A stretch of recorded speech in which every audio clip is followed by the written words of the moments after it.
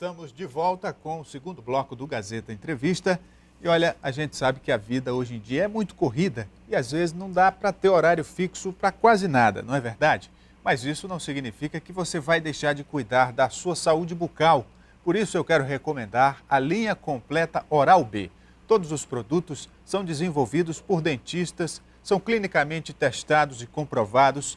E você que sempre confiou nas escovas Oral-B, agora pode confiar também na linha completa dos produtos Oral-B. É a marca mais usada por dentistas do mundo todo.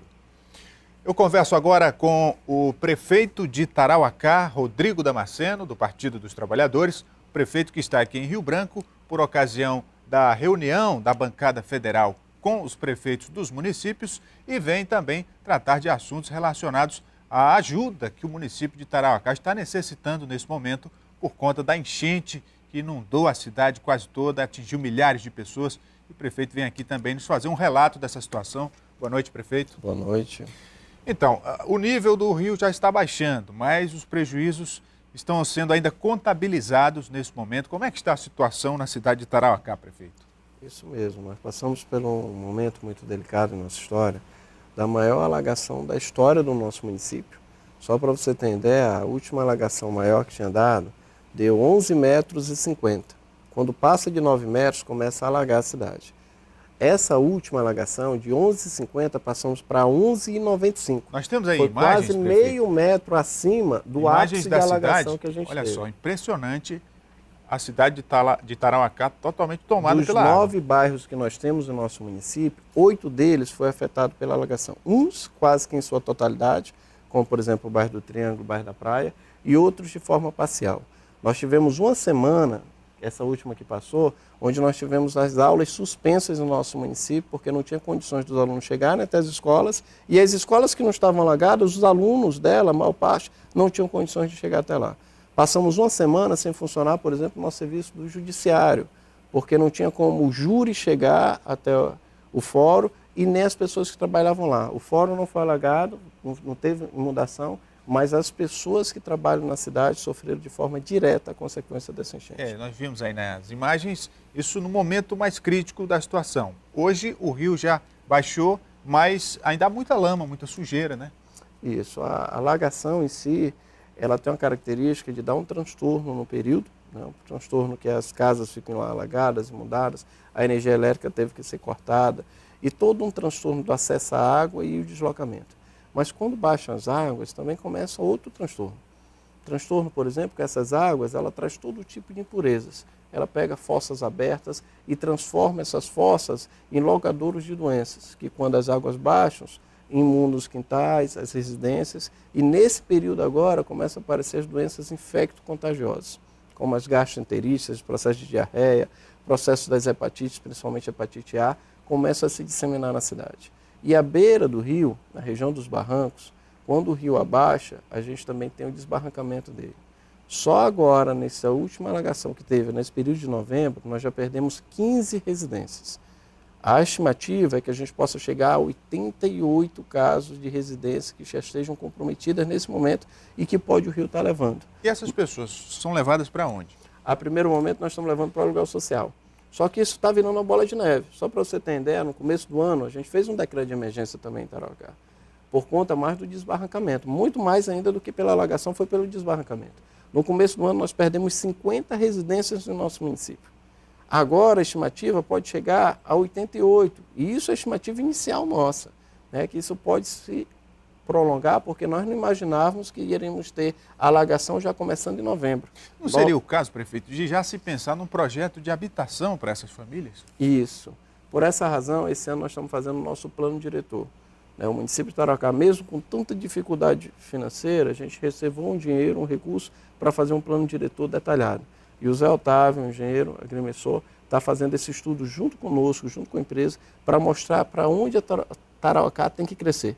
Saindo de uma área baixa para uma área alta, saindo de uma cultura mais ribeirinha para uma cultura mais de beira de estrada. Afinal de contas, o nosso município já está interligado com a BR-364 o ano inteiro. Então não teria mais sentido a gente continuar passando por esse sofrimento.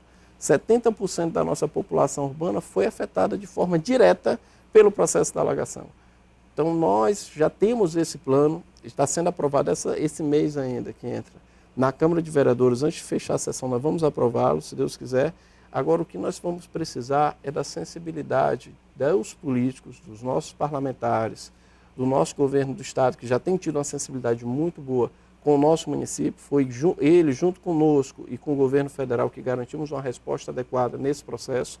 Os parlamentares, tanto de situação quanto de oposição, não te levantaram bandeiras partidárias, mas sim de ajuda ao povo de Tarauacá, que é que eu faço destaque em reconhecer, e a sociedade civil organizada também. Mas o projeto em si ele já existe. O que nós estamos precisando agora é desse empurrão. Em relação à ajuda financeira agora, nessa situação de crise, o que já veio? O governo federal já se manifestou, o próprio governo do Estado?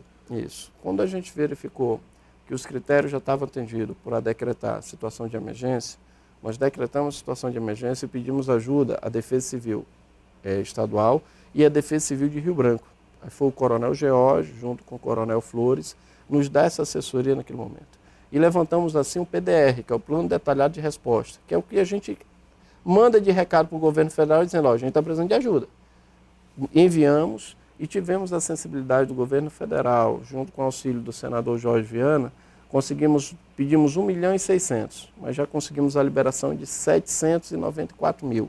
Esses 794 mil já foram empenhados, mas porém ainda não foram pagos. Estamos aguardando a liberação para o município, que vão estar nos ajudando, tanto no auxílio às vítimas, como também vai estar nos ajudando a restabelecer algumas funções básicas no nosso município. Porque enfrentar uma alagação nessa proporção que nós enfrentamos, em final de ano, onde nós estamos em final de exercício, final das contas do município, é um momento muito delicado. E aumenta a despesa do município, porque tem 13º, tem o fornecedor que tem que fechar a conta do ano. É uma situação muito delicada, porque está todo mundo fechando o balanço. E isso quem trabalha com gestão pública sabe que é o pior momento para fazer qualquer tipo de gasto é final de ano, porque o dinheiro geralmente já está muito comprometido. Normalmente a gente tem falta de recurso e não sobra dele. E aí foi esse período que foi acometido, mas ainda bem que tivemos a sensibilidade do governo federal de liberar esse repasse que vai servir para a gente sanar as dívidas acometidas. Porque a equipe ela é muito ampla. Só para você entender, nós tínhamos 88 militares do Corpo de Bombeiros, nós tínhamos 33 militares do Exército e nós tínhamos mais de 200 civis ajudando no processo de resgate. De veículos, nós chegamos a ter mais de 20 veículos trabalhando diariamente na remoção e com 50 barcos trabalhando também. Todos esses gastos acabaram caindo na costa do município nesse primeiro momento, porque é ele que coordena o processo todo da Defesa Civil. Tivemos ajuda do governo do Estado, mas foi mais uma ajuda no sentido de sacolões, de colchões e de assessoria, que isso eu não posso negar, que tanto o governador Tião Viana como toda a sua equipe se mostraram bem acessíveis em todo momento, tanto do nosso lado nesse momento tão delicado. As famílias todas já voltaram para suas casas? Isso. Nós tivemos nos nossos abrigos municipais 91 famílias, cerca de mais de 600 pessoas. Mas foram retiradas de suas casas mais de 500 famílias que a gente removeu da casa que estava alagada para casa de familiares. E no total de famílias atingidas foram mais de 5 mil. Hoje, nosso abrigo só permanece uma família que estamos aguardando o aluguel social. As demais a gente já conseguiu, que não dava para voltar porque a casa desmoronou, caiu, a gente já conseguiu o aluguel social e só estamos aguardando o aluguel social dessa última família para poder retornar às suas atividades normais. No caso dos prejuízos materiais da população em geral, às vezes de algum comerciante, algum empresário, há algum plano de apoio para essas pessoas? Isso. O que é que nós estamos fazendo? Com o decreto de emergência, algumas prerrogativas começam a abrir para o município. Primeira delas, o FGTS. Todas as pessoas que foram alagadas na área, que foram acometidas pela alagação, passam a ter direito de resgate do FGTS até o limite de R$ 6.220. Então, todo mundo, e foi muita gente, porque 70% da população foi atingida, passa a ter direito ao resgate do FGTS. Isso já é uma ajuda para a economia. Também relatamos, junto com as instituições bancárias, a necessidade de créditos especiais. Fizemos uma solicitação de, por exemplo, 3 meses de carência para quem está fazendo empréstimo consignado, para poder remeter desse período agora, de imediato, lá para o final do financiamento, para que com isso a gente tenha uma tolerância e consiga dar um gás na economia local. E pedimos que fizesse outras taxas de financiamento com alíquotas menores. Essa provocação nós já fizemos e estamos aguardando o posicionamento das instituições bancárias. O que, infelizmente, nós não podemos fazer quanto administração municipal, nem estadual e nem federal, é auxiliar diretamente as famílias comprando eletrodomésticos, móveis, sofás, por exemplo, que foram perdidos, porque a legislação, a lei que nós obedecemos de responsabilidade fiscal, impossibilita que a gente faça compra diretamente para a população. Por isso que a gente estamos procurando verificar o que é que a gente consegue arrecadar de vantagem para dar à população e com isso ela mesma conseguir reerguer nesse momento difícil. Nesta sexta-feira o senhor participou da reunião da bancada federal com os prefeitos de todo o estado e foi discutido o orçamento da União para o ano que vem e as emendas parlamentares. O que é que ficou definido em relação à situação de Tarauacá e de outros municípios? Nesse momento que nós estamos vivendo, nós estamos numa situação crítica em todos os municípios. Não é exclusivamente Tarauacá que está passando por um momento delicado. Todos os 22 municípios do Acre passam por situações delicadas orçamentárias, principalmente quando se chega em final de ano. Então, o nosso FPM, que é nossa principal alíquota municipal, que é o Fundo de Participação dos Municípios, ele está em queda. Só para você ter ideia, a comparação do nosso FPM desse mês, desse ano, com o FPM do ano passado, nós já estamos tendo prejuízo de quase R$300 mil só Tarauacá. Então, nós estamos em queda em relação ao FPM. E as dívidas e as obrigações do município se tornam cada vez maiores. Então, as emendas parlamentares, elas vêm cumprir um papel muito importante, que é a oportunidade da gente fazer investimentos no município. Porque o que vem, basicamente, garante que a gente pague o custeio, a manutenção da máquina pública, pagamento dos funcionários e as coisas mais simples. Obras e investimentos maiores só são possíveis se tiver emendas parlamentares. E foi nesse sentido que a gente sensibilizou a nossa bancada federal que priorize nas suas indicações os municípios, porque são nos municípios onde as pessoas moram. É o município onde o cabra vai lá reclamar para o primeiro momento. É para o prefeito que ele bate na porta e diz: eu estou passando aperreio por causa da minha escola, eu estou passando aperreio por causa do meu posto de saúde, eu estou passando aperreio por causa da minha rua que não está legal. Então é no município onde a sensibilidade é maior ainda.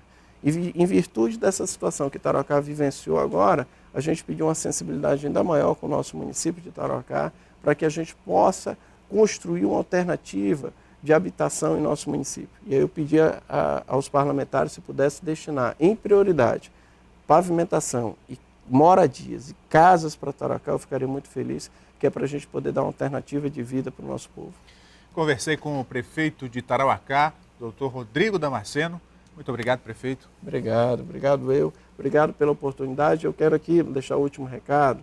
Você que já tem ajudado muito o nosso município. A gente tem recebido doações e manifestações de apoio de todo o Estado e de todas as bandeiras políticas e partidárias. Eu gostaria que você continuasse se solidarizando ao povo de Tarauacá, porque o momento mais difícil que o nosso povo vai viver é agora, quando as águas baixam e o prejuízo real a gente vai poder estimar. Só na zona urbana, estima-se que mais de 15 milhões de prejuízos. Nós estamos terminando o levantamento da zona rural, onde as pessoas perderam todas as produções e tudo que tinha. Então, você que já estava ajudando, procure ajudar ainda mais, porque nós temos um povo muito guerreiro, um povo batalhador e que está precisando da sensibilidade de todo o nosso Estado para poder superar esse desafio. Muito bem. Gazeta Entrevista vai dar uma paradinha. A gente volta daqui a pouco, depois do intervalo. Não saia daí.